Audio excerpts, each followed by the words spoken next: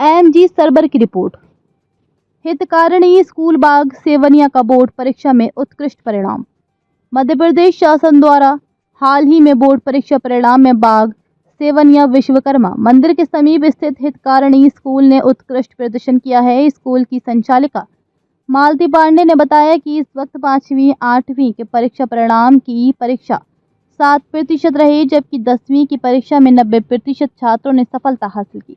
उसमें अधिकतम अंक 90% रहे। मालती पांडे ने बताया कि इस स्कूल की स्थापना 1991 में की गई थी और इस क्षेत्र में ज़्यादातर गरीब मजदूर वर्ग के लोग रहते हैं। उनके बच्चों के लिए कम फीस में बेहतर शिक्षा देने का प्रयास किया गया।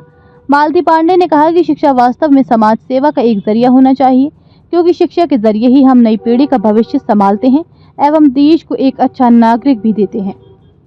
शिक्षा विभाग द्वारा हाल ही में 10वीं की बोर्ड परीक्षा परिणाम की घोषणा की गई है।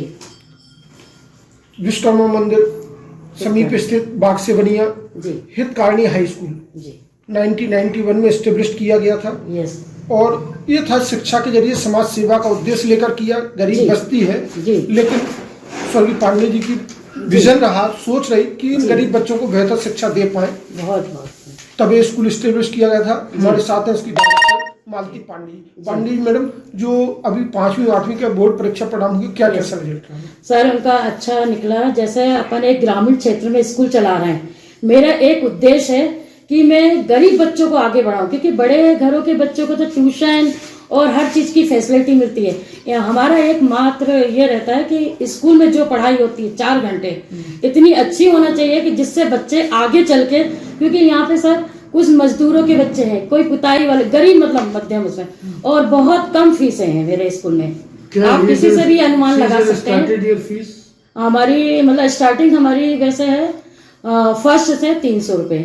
और देखा जाए कि नॉमिनल फी पे भी आप 10वीं का जो बोर्ड परीक्षा परिणाम आया वो 90% तक रहा। बहुत अच्छा रिजल्ट। तो ये टीचिंग स्टाफ की मेहनत हो जो आपको। सर मेरा स्टाफ ऐसा है कि एक परिवार जैसा है। और इन्होंने मेरे को क्या, जब मेरा स्कूल स्टार्ट हुआ था, कंधे से कंधे मेरे मिस्टर के साथ इतने योगदान किया, और आज भी वो मेरे साथ बराबर चल रहा है। और उनका भी एक उद्देश्य है।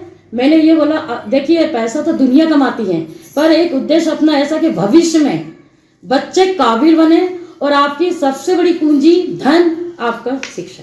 और देखा जाए जिस तरह से आपने बताया कि जिस तरह से आपने यहाँ जब शिक्षा दी, हो सकता है पैसों के अभाव की बच्चे शिक्षा से भी वंचित रह जाते। अगर यहाँ ये स्कूल की स्थापना नहीं होती तो उसी विजन के साथ आपने स्थापित कर। मैं भी सर इसका जवाब देती हूँ।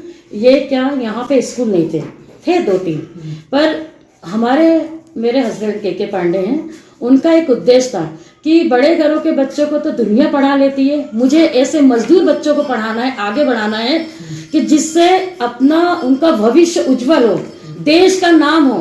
और जैसे देखा जाए, जैसे आपने कहा एक परिवार की तरह, क्योंकि मजदूर वर्ग के गार्जियन है, तो यहाँ टीचर्स को गार्जियन की भूमिका भी निभानी पड़ती होगी। बिल्कुल, एक माँ की तरह उनका डील करना।